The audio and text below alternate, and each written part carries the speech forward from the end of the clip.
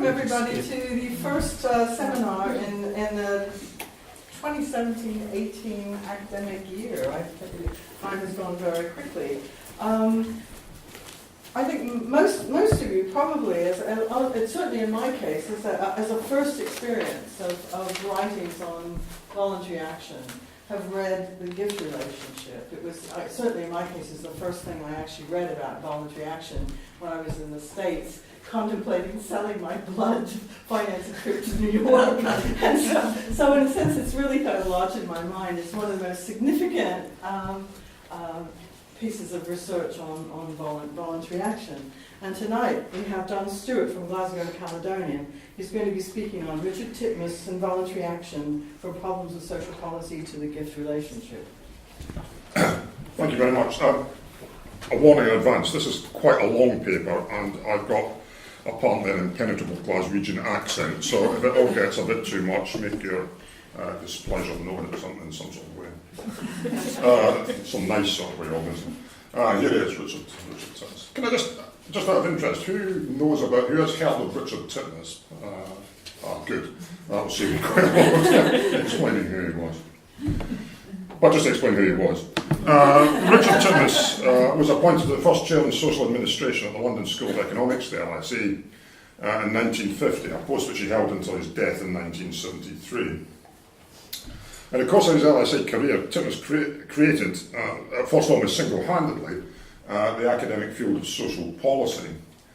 In addition to his prodigious published output, Titmuss served in numerous committees and inquiries, for example, in the Royal Commission on Medical Education in the mid-1960s. He was also an advisor to the Labour Party, in and out of office. In short, Titmuss was, by the time of his death, a public figure. His memorial service, held at St Martin's in the Field, was attended by Sir Keith Joseph, Secretary of State for Social Services in the then Conservative government, and one of the addresses was delivered by the Labour politician and former Secretary of State for Social Services, Richard Crossman. Never one for understatement, Crossman claimed that as early as the beginning of the 1950s, quote, "I knew that a new prophet had appeared in our midst." From America, meanwhile, Ida Merriam, a leading figure in the Federal Welfare Administration, declared in an obituary that Titmuss had been one of the greatest human beings of our time.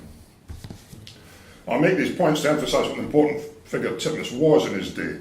According to the anthropologist Edmund Leach, the high priest of welfare.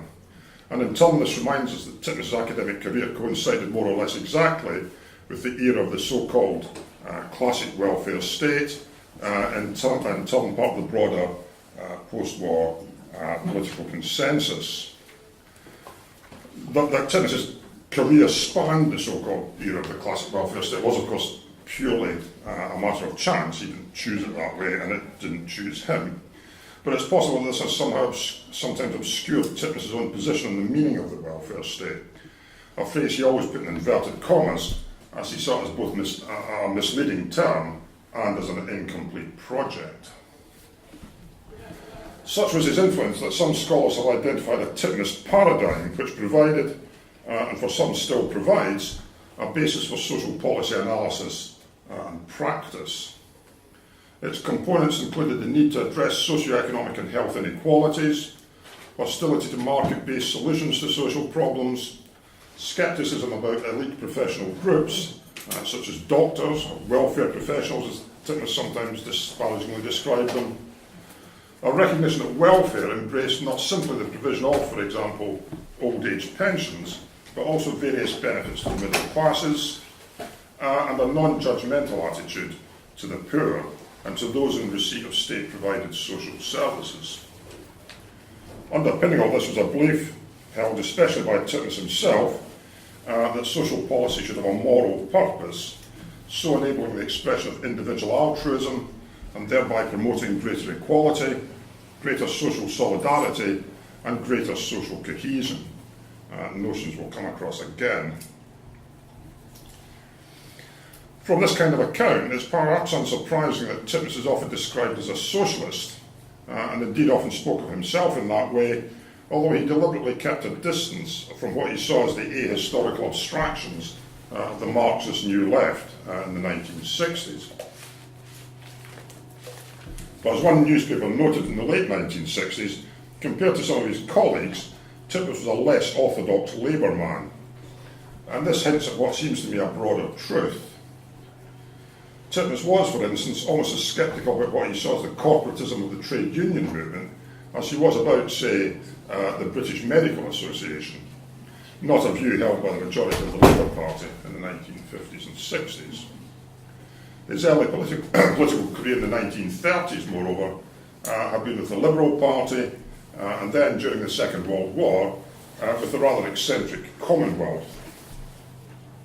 So one can make a case that Titmuss retained certain strands of thought which were articulated before the First World War as Edwardian progressivism, and which, albeit with mutations, survived well into the 1930s.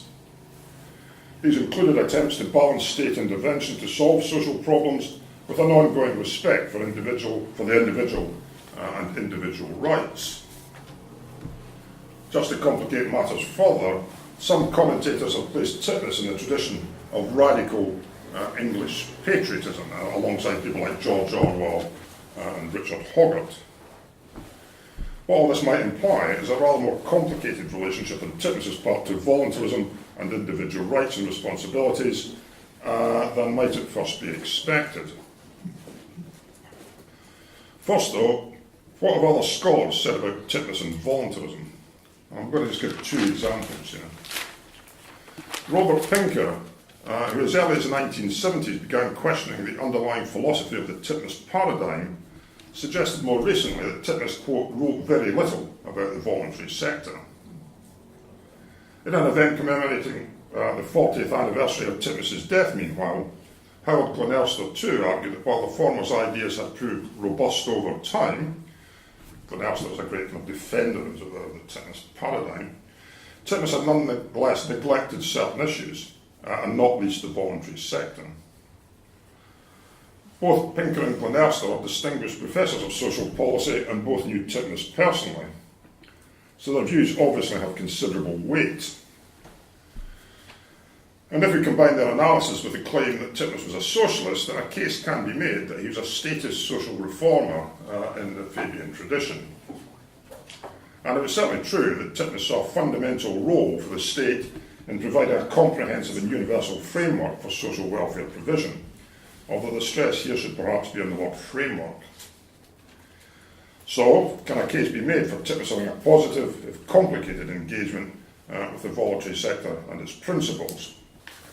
I think so, and this is what I'm now going to get myself into, I suspect, rather deep water, but it's nice to be able to try out some ideas. For one thing, Titmuss was close to a number of voluntary organisations, supporting them and speaking on their behalf. For example, he was a consistent supporter of the Workers' Educational Association, the WEA.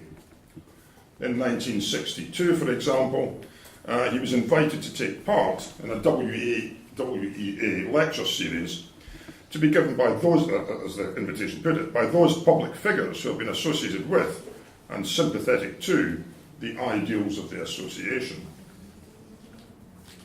In his lecture, Titmuss praised the organisation's commitment to the, as he put it, the advancement of liberal studies. Not an easy task when, again to quote him, so much of the spirit of the age is given over to the pursuit of materialism. This was a jibe at the expense of the so-called affluent society, a very current phrase in the early part of the 1960s. Titmuss consistently opposed the values of the affluent society, again something we'll come across further. And it's clear that Titmuss had no principled objection to voluntarism and social welfare.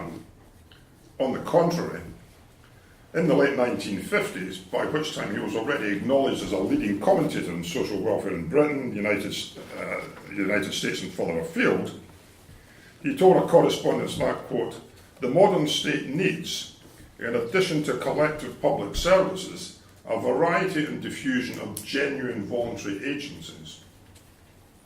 Equally important, in my view, is the need for voluntarism," I can't even say that, it's voluntary with ism on the end, in public services.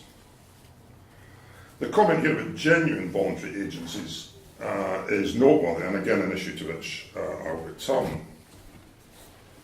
A few years later, Titmuss received a letter from Lady Mary Morris, which thanked him for his help with the book she had written. In response, Titmuss told Morris that it was, quote, good to know that there is someone in Leeds who's concerned about the future of voluntary organisations in Yorkshire.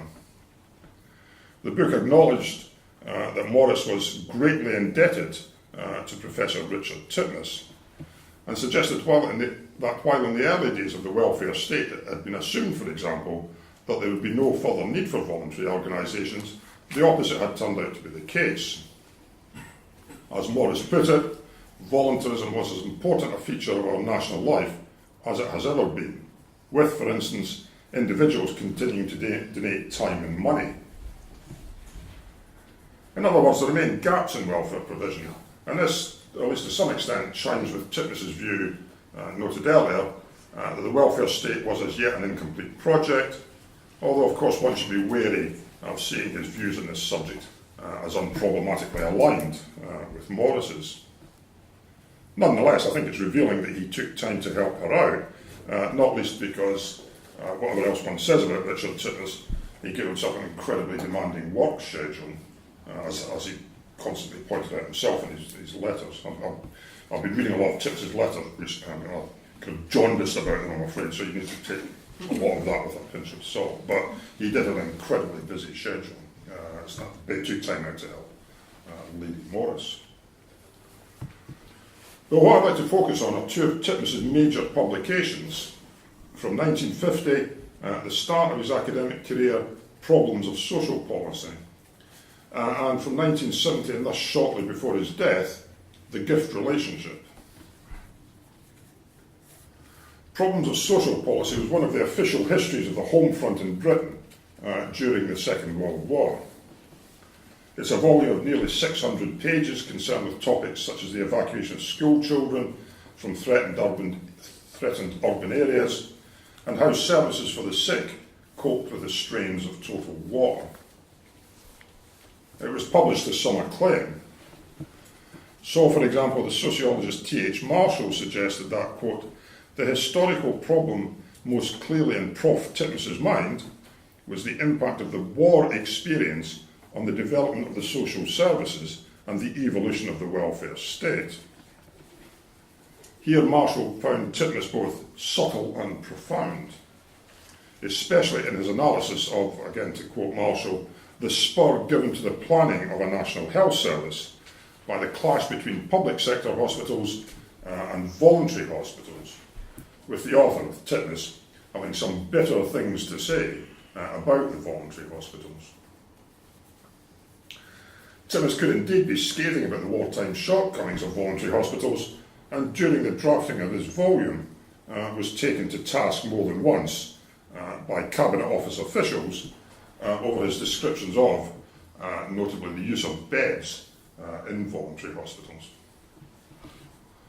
So there's a particular narrative emerging here, which to a large extent, Titmuss himself subscribed. This depiction of the wartime experience stressed social solidarity, the long overdue awakening of the state in terms of its social responsibilities, the thereby inexorable drive towards post-war social reconstruction carried out by the state to create the welfare state, and thus the war itself as a catalyst for social change. Even as such accounts came to be challenged, critics still drew the huge amount of factual data and Problems of Social Policy to illustrate, for example, problems encountered during evacuation arising from the class-biased and judgmental attitudes of some of the volunteers charged with dealing with the evacuees. This sort of interpretation is perfectly valid, but I think what is more problematical is reading back into Problems of Social Policy any sort of unqualified condemnation of voluntarism. So what I'd like to do now is to look at how Titmuss dealt with aspects of voluntarism in a book which, has been correctly observed, is often cited, but much less frequently read in any close detail. I know that observation to my friend and colleague John Welshman, who's written a lot about this area. And I'm going to focus on the Women's Voluntary Services, the WVS, the object of criticism around issues of class bias and judgmentalism. The WVS is the most referenced organisation of its type in the volume. Sometimes Titmuss straightforwardly praised the WVS's contribution, noting that some 127,000 volunteers had assisted in smoothing the way as evacuations started. Another important function commended by Titmuss was, again to quote, the mobile canteens in the hands of the Women's Voluntary Services and other voluntary agencies, which served admirably in the early months of air attack as a flexible instrument for supplementing food and canteen shortages in bombed areas. Indeed, he continued, the contribution made by the voluntary workers, and notably the Women's Voluntary Services, in providing food and drinks for the homeless in London, was perhaps greater in this field of wartime service than in any other. Bodies such as the WVS had, furthermore, played an important role in pressurising government departments to provide facilities for evacuees and for highlighting the lack of medical care available to them. So the activities of bodies such as the WVS have prompted local and central government on numerous occasions into providing their own improved services, as well as facilitating liaison and joint working between the two sectors. This was not, of course, to suggest that the WVS got everything right, or more importantly in the context of this paper, that this necessarily vindicated voluntarism. As Titmuss put it, the impressive array of official and voluntary services which had sprung to active life by 1941 did not function with uniform efficiency all over the country. In the WVS's cases, the quality of work of its local centres varied enormously. But Titmuss then added, in an apparently throwaway but I think revealing remark, that while it had played a great part in the post-raid services, it, the WVS, had initially met, and again I'm quoting it, and to some degree engendered a good deal of opposition from old-fashioned voluntary societies and certain local councils, and he highlighted old-fashioned voluntary services in the volume. So the WVS's track record was mixed. But I think a number of points stand out here. First, for Titmuss, the shortcomings of voluntarism sometimes mirrored those of the official bodies, and he was not slow to highlight the latter as well as the former. It's notable too that in Titmuss's word, voluntary services could be flexible, an implicit contrast with the more rule-bound official agencies. Second, there was no suggestion that these apparent shortcomings meant that the voluntary sector and its principles had nothing to contribute. At the most basic level, the middle-class women of the WVS had made their own positive contribution to the wartime social solidarity and social cohesion of the population as a whole, and should be respected for so doing. Third, Titmuss's comment about opposition from old established voluntary societies alerts us to the fact that the WVS was only recently founded, and I'll come back to that in a second. Fourthly, Titmuss made clear that in some circumstances the voluntary sector had been crucial in forcing public bodies into action. Shortly after the publication of Problems of Social Policy, Titmuss was contacted by the WVS's founder, Lady Reading, who told them that she would very much like to have an opportunity of talking with you. I have read with so much interest Problems of Social Policy, and there are obviously implications here from the WVS point of view. Titmuss responded that he was happy to meet her, and that he was, quote, naturally anxious to know what you think of my problems of social policy. No record of their meeting appears to have survived, and it would be easy to overread this brief correspondence. But there's no sense either that Lady Reading felt under attack, nor that Titmuss felt he had to take a combative stance in defence of his work. It's much more conciliatory kind of, than that, the correspondence that exists. A rather more obviously revealing encounter came with another aristocratic woman, Lady Allen, Marjorie Allen of Hertford, when Titmuss was still researching and writing problems of social policy. Titmuss had contacted Allen about children in care, whether in local authority or in charitable homes, an area in which she had considerable expertise, and Titmuss incorporated some of her observations in his book. Both Titmuss and Allen condemned charitable providers which were heavily reliant on state support. In a sense, to them, they weren't really voluntary bodies at all. And they both condemned the stigmatisation of children by the direct receipt of charity. But for Titmuss, it was a further issue. In a revealing comment to Allen about what he saw as the shortcomings of both voluntary and public officials, he told her that, quote, "You know it is the same type of mind that dominates the governing bodies of the charitable homes and the public assistance committees. What minds, and what a shocking indictment it is." And again, you see in the letter the underlined types of mind, or type of mind, and had an exclamation mark at the end of it all. He obviously felt strongly about it, in other words. This hinted at what was to be a central theme in Titmuss's work, that social services should be administered in a humane, non-condescending and non-judgmental way. But I think what was crucial was how and in what manner services were delivered, rather than who was doing the delivering. What we can discern here in these exchanges is an implied criticism of the old-fashioned voluntary organisations, some of which had given the WVS a hard time. Perhaps the opposite of the genuine voluntary organisations, which, as we have seen, he later praised.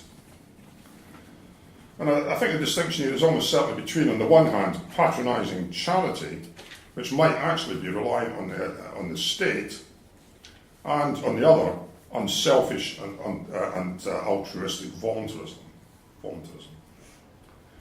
Similarly, Titmuss's criticism of unfeeling public officials prefigured, I think, his later concerns about welfare professionals.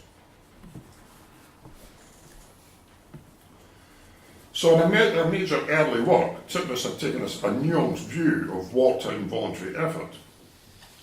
It had its good points, it had its bad points, but its underlying principles, if properly applied, deserved recognition and respect. Now we move ahead 20 years to the genesis of his final major publication, The Gift Relationship, From Human Blood to Social Policy, which came out in 1970. And I want to start by saying something about the title and subtitle. It's often argued that the former, The Gift Relationship, paid homage to the famous anthropological study by Marcel Mauss, The Gift. In any event, in his own volume, Titmuss commented favourably on Mauss's work and drew this conclusion from it. This is this long. Titmuss is usually quite an elegant writer, I think, but this is a very clumsy sentence. It's not a set of sentences. But I'm just going to read it anyway. We are reminded whenever we think about the meaning of customs in historical civilizations of how much we have lost, whatever we may have otherwise gained, by the substitution of large-scale economic systems for systems in which exchange of goods and services was not an impersonal but a moral transaction, bringing about and maintaining personal relationships between individuals and groups, and the emphasis of mine in this particular case. There's actually rather a lot going on in that passage, but for present purposes we might note especially the notion of moral transactions and personal relationships. This leads into the second point about the subtitle, which was, as I said, From Human Blood to Social Policy. Given that Titmuss argued for a moral basis to social policy, then the British system of blood donation was, as I'll hope to show, an exemplar of a moral transaction, and thereby a guide to how social policy should be informed and practiced. There's more to it than this, but essentially the gift relationship compared the acquisition of blood for medical purposes in Britain with the situation in the United States. In the former, in Britain, donation was voluntary and unpaid and operated within the framework of the NHS with significant input from voluntary organisations. In America, by contrast, it was often the most impoverished members of society who would, as an economic last resort, sell their blood to commercial blood banks. Titmuss concluded that the British system was preferable on grounds of economic efficiency, safety, and crucially morality. Titmuss's volume was well received, at least by those on the Liberal and Social Democratic left. David Owen, in a few years the Labour government's Minister of Health and himself a doctor, claimed that the book showed how the provision of blood for transfusion revealed, quote, the real moral values that underpin the most significant piece of social legislation undertaken in the 20th century, namely the NHS. Titmuss died within a couple of years of his book's publication, and his obituary in the New York Times suggested that he was best known in the US for the gift relationship. A work which had been credited the newspaper suggested with having influenced the United States government in the preparation of legislation to regulate the private market in blood.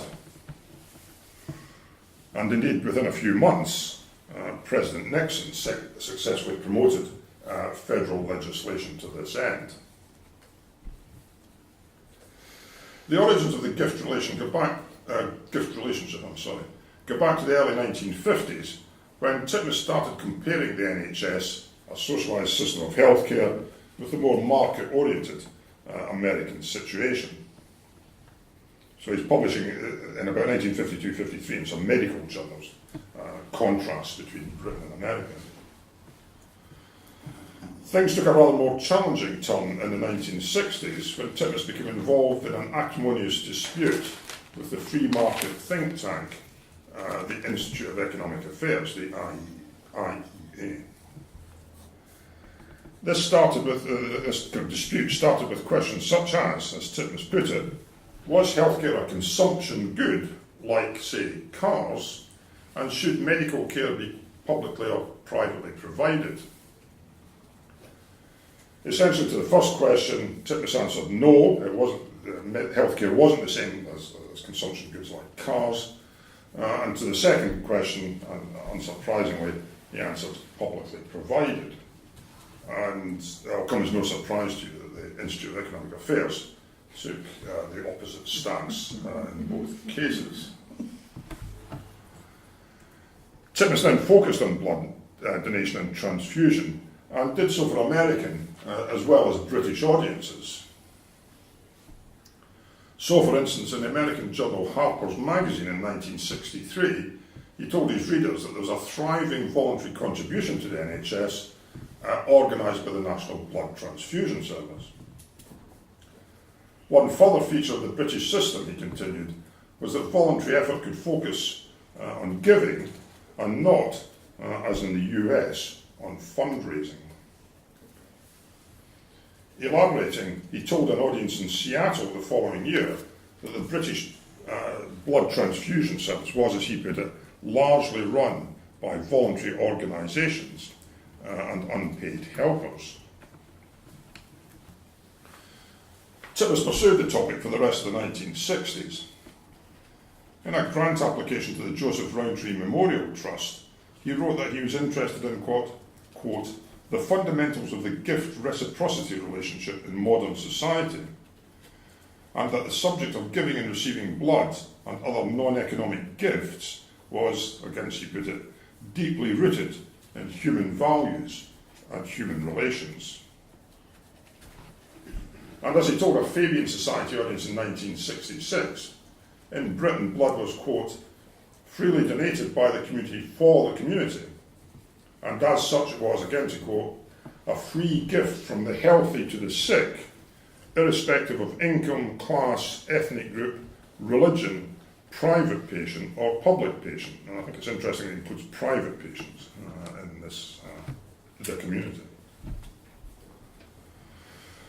All this research and publication culminated in the gift relationship, and Titmuss previewed the book's themes in an article in The Lancet entitled "Why Give to Strangers?" He answered his own question by claiming that voluntary blood donation was, quote, a practical example of a fellow relationship operating on an institutional basis, in this instance, the NHS, and thus showed how, a very typical Titmuss quote this, I think, showed how social policy decisions can foster such relationships between free and equal individuals. If it was then accepted that, and again to quote, man has a biological and social need to help, then nobody should be denied the opportunity to express this need by entering into a gift relationship. One further coda to the publication of the gift relationship. Titmuss received an admiring letter from an American professor of medicine. In reply, Titmuss told his correspondents that, quote, human beings in the States, as well as in Britain and other countries, do have a sense of moral obligation to strangers, but that can be blunted or eroded by the growth of materialist values. What is going on here is that Titmuss is contrasting altruistic behaviour, which he believed to be an inherent part of human nature, with the crass materialism and vulgarity of the so-called affluent society and its free market underpinnings. So the British blood donation system empowered individuals to act altruistically. Donors gave both their blood and their time voluntarily for no economic reward. Furthermore, donors could not possibly know with whom their blood would end up, so any personal prejudices they may have had about, say, race, were rendered irrelevant. Donors were, therefore, displaying altruism in its purest form, free of coercion and without monetary remuneration, but motivated by a desire to help unknown others. The blood transfusion scheme certainly operated in a state-run framework, the NHS, but it was not only blood donation which was voluntary.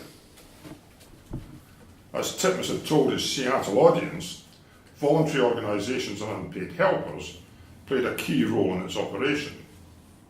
They too then were altruistically giving up their time for others. One final example of Titmuss's attention to voluntarism before concluding. Titmuss was severely ill towards the end of his life and spent a lot of time in NHS hospitals. Typically, he drew lessons from this experience, one of which concerned a fellow patient, Bill, who was a keen gardener but had severe mobility problems. Titmuss recounts that during their time together, quote, a book was published by a friend of mine, and this was Lady Pat Hamilton, founder of the Disabled Living Foundation, called Gardening for the Disabled. Within 2 days of the book's publication, Titmuss continued, the mobile, voluntarily staffed library at the hospital, remembering Bill's interest in gardening, sent up to him the book to read.